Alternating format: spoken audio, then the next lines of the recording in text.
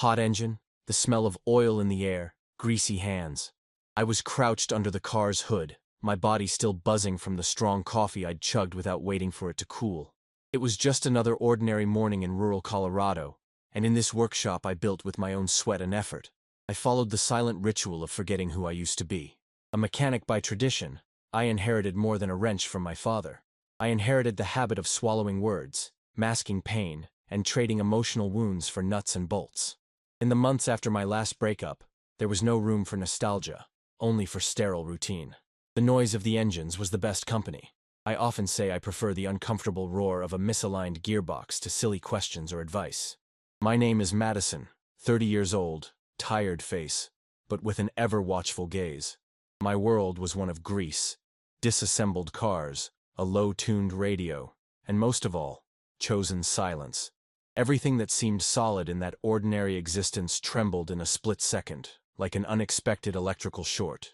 A collision that, at first glance, had every reason to be just another road accident, ended up changing not just the course of that morning, it changed my entire world. Like this video right now to make sure you don't miss any surprising stories like this one. And subscribe, because the best is yet to come. My house is attached to the workshop, as simple as I am. Time-yellowed walls, tools neatly hung on the wooden planks, the smell of gasoline and old coffee invading every corner. The outside world wakes up with me, with the hum of the first tires scraping the nearby highway, and trucks echoing sounds that mix with the chirping of sparrows. I wake up early, always before the dawn light can get through the fogged-up kitchen window. A quick shower, a wrinkled blue uniform, sturdy boots, and hands already predictably dirty even before I turn the doorknob that separates the house and the workshop. The ritual is automatic.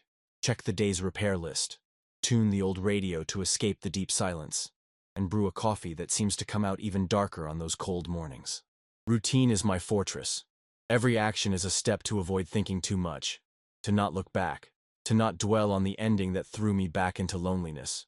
Nobody invades that sanctuary of asphalt smells, except, every now and then, some lost trucker, a loyal customer, or some random curious person. But deep down, all mornings are the same. The metallic sound of the hammer, the clinking of keys, the soft murmur of a tested exhaust pipe. What you're hearing here is just the beginning. The full stories, unfiltered and with all the details you can imagine, are available now. Check the link in the description right away. And it was in that warm repetition, as I was putting an old engine back in order, that I heard a bang from the road. The kind of noise that makes your heart skip a beat, because even those who live by routine can never fully get used to the unexpected. Time seemed to pause. A dry impact, shattered glass, twisting metal, and for a moment everything turned into a dense silence, cut only by a sharp ringing in my head.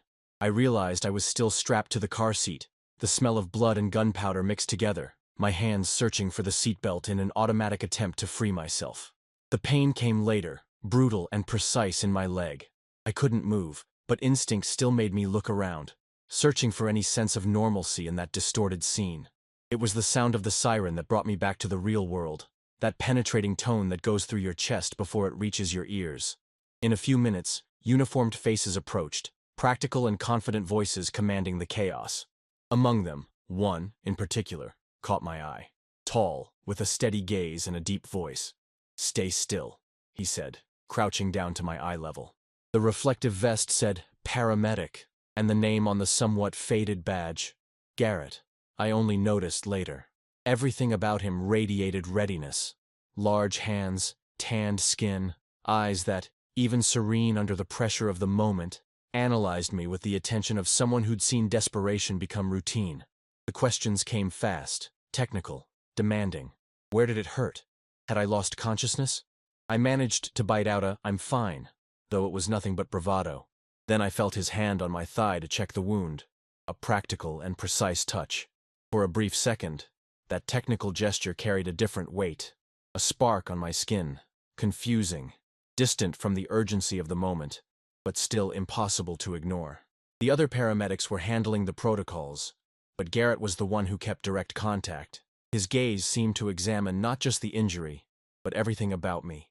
With every command he gave, I obeyed almost without realizing it. Straighten your leg, take a deep breath, look at me. And in that sudden chaos, I found a strange harbor there, in his firm orders and confident touches. Paradoxically, the safest I had felt in a long time. I was lifted onto a stretcher. As the world spun out of control, he kept his hand on my shoulder, telling me I needed to trust him. It wasn't so much the promise of medical help, it was as if, just for a moment, my whole body belonged to that moment, between ordinary life and unpredictability. In the hospital, between tubes, questions, and two bright fluorescent lights, I thought I'd never see Garrett again. He had done his job. But hours later, while waiting for some paperwork to be released, I noticed a shadow approaching in the hallway. It was him, now without the vest. Ordinary clothes, tired eyes, but with a posture that was softer than it had been during the rescue. "Need a ride?" he asked, almost casually, as if offering coffee in a dusty diner. I accepted more out of the impulse to get out of there quickly than to trust a stranger. Or maybe I unconsciously wanted to prolong that strange feeling of safety. On the way home, the conversation unfolded in a surprising way. After the initial tension, I let some of my guards down. Garrett started telling brief stories about his daily shifts, laughed to himself about unusual memories, criticized the car's out-of-tune radio, and wanted to know about my life in the workshop. There was nothing interrogative or forced. It was just genuine interest. The difference was in how he looked at me. He didn't focus on the wound or my tired face, but seemed to see through all the layers. At home, the routine was lightly invaded. I made coffee even though he didn't ask. I felt I needed something to do so I wouldn't seem vulnerable in front of him. Garrett sat on the counter, commented on the identification bracelet on my wrist, wanted to know how long I'd worked with cars and how I'd learned everything practically on my own. Without realizing it, I was already sharing much more than I had told anyone since the breakup. Stories about my dad, about what I like to do in my few moments off, and even some funny road stories. Slowly, we broke down the formalities. He helped me fix a wobbly chair, explained how to improvise splints with tools from the workshop, and even offered to look at one of the lathes that was making a strange noise. It was shared work, but different from any previous relationship, without the weight of judgment or the awkwardness of forced loneliness. Behind the simple gestures, sharing bread, laughing at a silly joke, commenting on the weather forecast, something subtle, almost clandestine, was being born. I felt that, on the other side of that table, a spark was igniting. Not the kind that terrifies, but the kind that warms you up slowly from the inside. No one is prepared to truly strip down in front of another man. I'm not talking about clothes, but the soul. My body still hurt, my leg throbbed, but my mind was searching for an explanation for the restlessness. It was hard to accept that Garrett's presence affected me so much. My last relationship had left me suspicious of my own shadow. Any attempt at intimacy seemed like an invitation to disaster, and my strategy had always been to avoid the risk of another blow. I saw a similar reflection in his eyes. Behind the easy talk and professional confidence, there was a trace of fatigue, the kind of exhaustion from someone who has seen the worst of people on emergency shifts and, for that very reason, allows themselves to feel with caution. I said a few clumsy words about it, accidentally letting it slip that I'd worked for hours on end just to avoid facing the empty house when I came back to it years ago. He responded quickly, saying he'd done 18-hour shifts to avoid going home after seeing death up close. The biggest obstacle was internal, the desire to shut myself off to protect what was left of me, fighting a silent battle between feeling and retreating.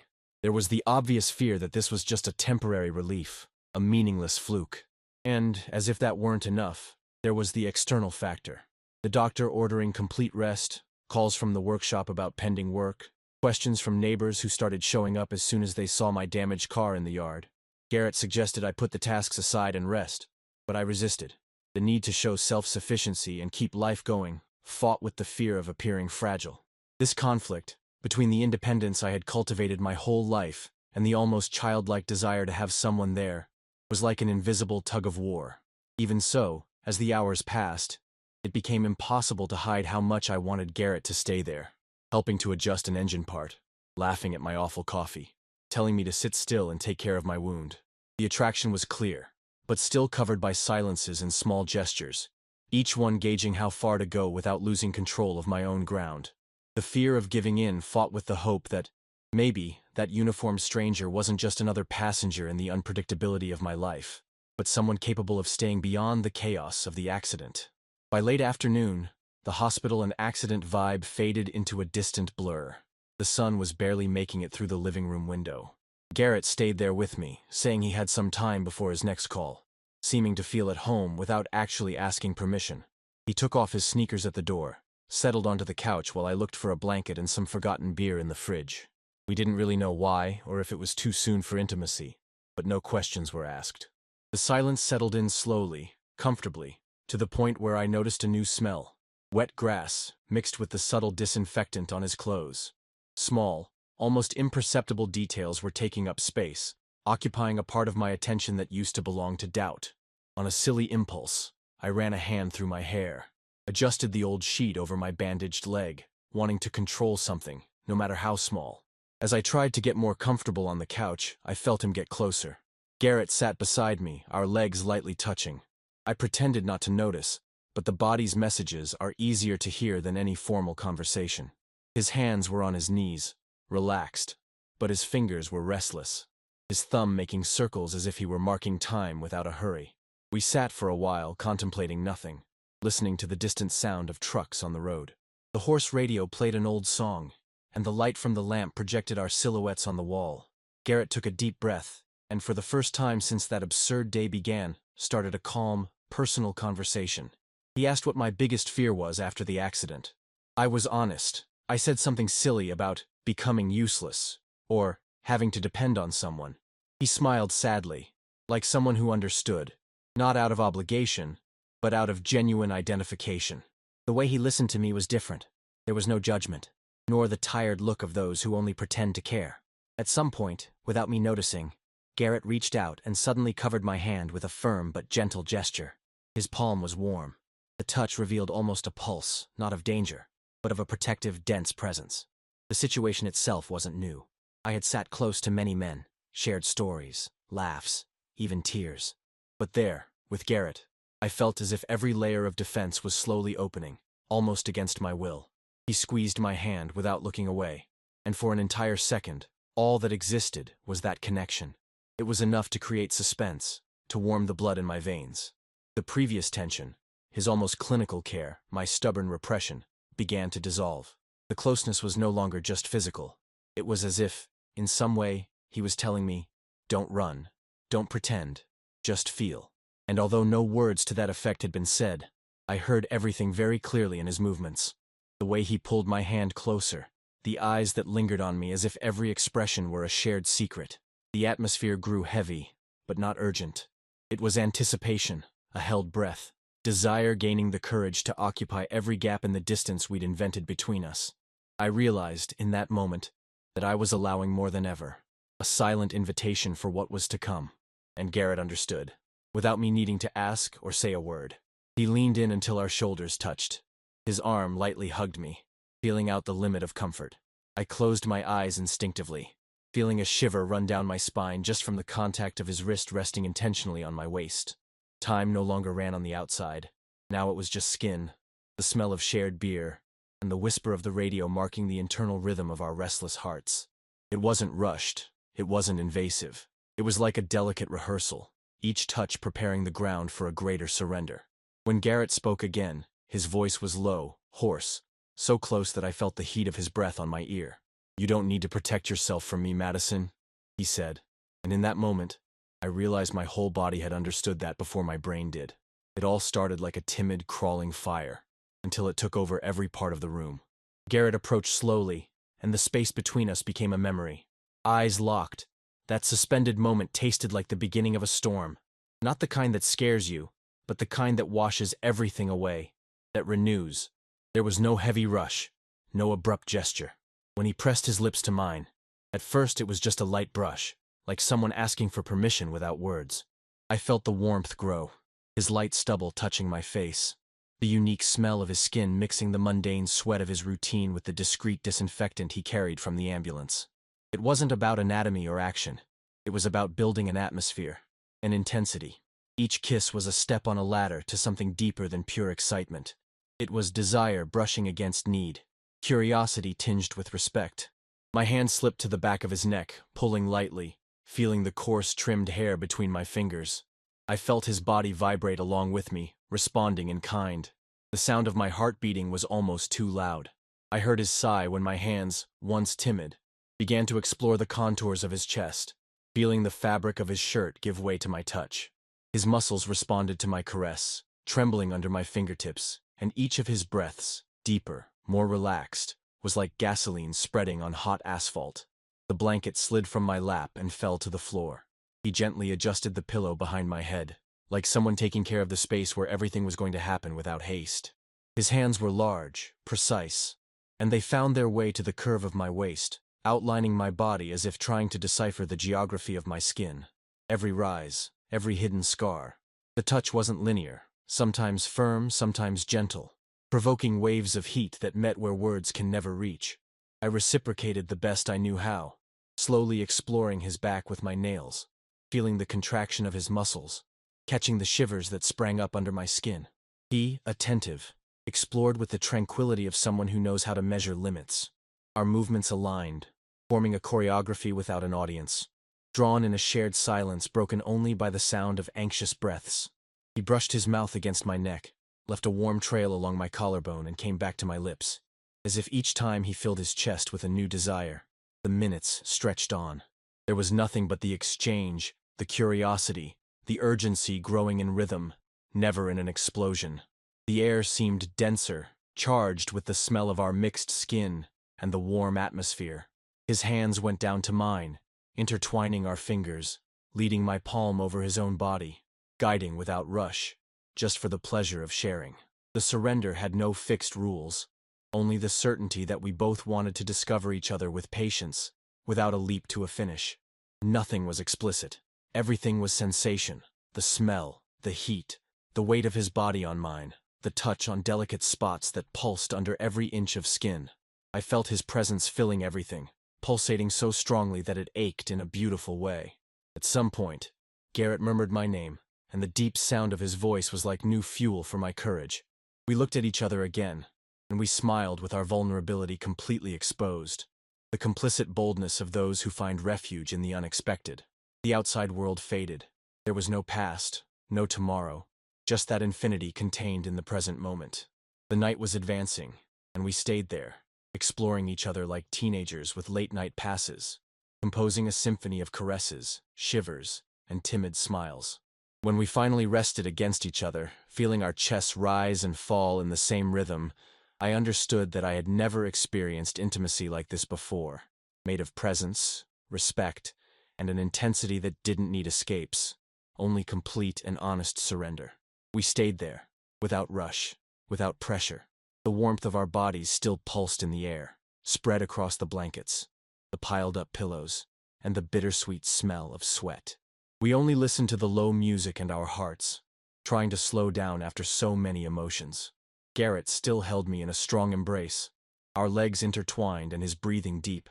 He didn't seem to want to leave, and I didn't want the moment to end at all. It took a while for it to sink in. Slowly, I felt my chest open up to another feeling, a new calm, different from the stupor of late night. The cold walls of my house seemed to radiate tenderness, as if every object there had absorbed a little of what had happened between us. It was inevitable, in that silence, to find myself staring at the ceiling and reflecting on everything. I thought about the barriers I've been building, the walls I constructed to avoid pain, and suddenly I realized, in that single instant, the defenses fell as if they had never existed. It was vulnerability, but not fear. It was a relief, a surrender that paradoxically didn't leave me exposed, but safe. I felt in my body and mind that true intimacy doesn't scare you. On the contrary, it welcomes and rebuilds. Garrett was also silent, occasionally examining me with that attentive gaze of someone who can read more than gestures. There was no need to say anything, but he still murmured, "I want to stay, but I can't always." I decoded his own internal battle there, the tension between the duty of his profession and the desire to be present in something new, alive, and pulsating like what we had just experienced. The way he caressed my shoulders, how he sought my hand from time to time to keep the touch alive, made it clear. Something had changed. Not just the mood between us, but the way I faced my own desires, my insecurities, the wounds of the past. It wasn't just attraction. It was respect, the desire to protect, to build, even knowing that life outside would continue to demand courage. In the early morning, almost dozing off, I felt a good weight, that of trusting again, of accepting that, sometimes, the improbable happens. The accident, so terrifying hours ago, now seemed distant and even necessary. If it hadn't been for that chaotic moment, I would hardly have allowed myself to break down the locks, to allow someone to get past my shell. Garrett and I stayed there, tired and weary, yet ignited by a strange and new hope. We said goodbye while still lying down, with slow kisses, silent promises etched on our skin, in our memory, and in the scent, as a sign that after so many stumbles, life can indeed surprise you in a gentle, warm, and unforgettable way. When he finally got up, he put on his shirt slowly, as if he didn't know whether to leave or to invent an excuse to stay. I just smiled slightly and thanked him, without needing a speech. What was said between us didn't fit into words. It pulsed, untamable, just waiting for the next meeting, whether it was brief or for the duration of a lifetime. The morning light came through the curtains delicately, pushing the silence into a place of unusual calm. In the room, all that remained was the smell of the encounter, the stuffy warmth of the blankets, and an electric feeling of change hanging between us. With Garrett by my side, there was no more room for automatic living. It was as if, during those hours, I had experienced every inch of the house with renewed eyes and body. The first thing I felt when I woke up and saw Garrett still lying there was a mix of contrasting surprises. It wasn't just the relief that he had stayed, but also the fear that the moment would be ephemeral, a pause before we each returned to our own path, marked by obligations and fears. His cell phone vibrated, breaking the gentle peace of the room. Garrett looked at the screen, hesitated with a tense jaw before making a decision. There, I saw the man divided between duty and desire, between returning to his shift and staying a little longer. "I need to go," he murmured, his voice still hoarse from the night, his gaze fixed on the floor, like someone who didn't want to break the spell. It wasn't an affirmation or an apology, it was more like a sorrowful confession. I sat on the edge of the bed, observing the details of that body that had been a refuge just hours before, now dressed again with haste and care. But despite the routine that called, Garrett didn't seem to want to disappear. When he got up, he came to me and held my hand, intertwining our fingers slowly, like someone etching a memory onto skin. The touch was one of goodbye, but the pressure he exerted suggested a promise. There was vulnerability in the gesture, a desire to stay, to reject the outside world and remain in the refuge we had built together during the early morning hours.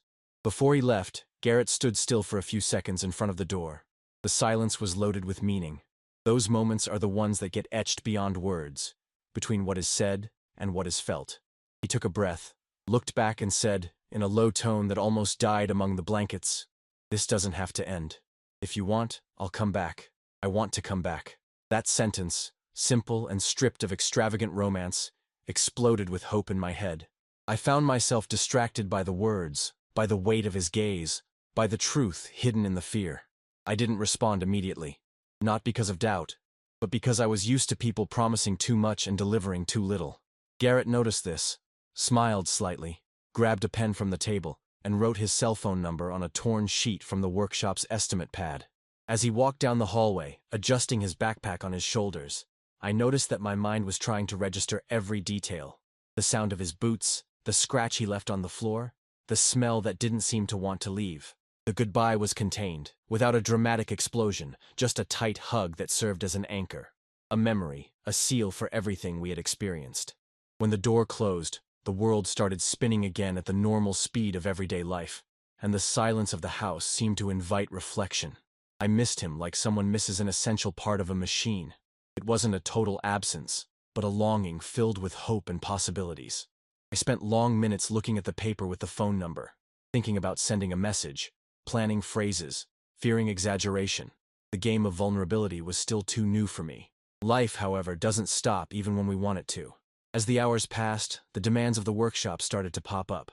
Clients calling, neighbors asking questions, notifications of late sales. Even the street dog decided to bark as if it were marking the return to normalcy. But nothing seemed the same to me, because now everything included the space left by Garrett. The mark he carved in my day, and especially in that space within my chest that before was only used to cushion loneliness. The next morning, while checking the engine of a truck, I saw the number scribbled in my pocket. I decided to send a simple message. "When you're off, come by." I didn't need to think of clever phrases or review the text 1,000 times. The response came hours later. "Today after lunch, I can stop by and help you at the workshop." The goodbye was never complete. It was just an intermission for a new beginning. I spent the rest of the day working on parts, my mind far from the job, thinking about what it would be like to spend the week with someone nearby, sharing lunch, asking for an opinion on something silly, laughing for no reason. I didn't know yet if I was ready for all of it, but the desire to reconnect surpassed any doubt. The impact of his decision was visible. My routine was no longer solitary. Now it was full of anticipation. Every noise on the street, every shadow at the workshop door could be Garrett arriving. Before his arrival, it became clear that silence was no longer frightening, but a space to create memories and build bonds. The entire workshop seemed to vibrate with the possibility of life reinventing itself. The emotion of the goodbye was intense, but above all, human. Hope, longing, anxiety, and a timid trust budding where before there was only resistance.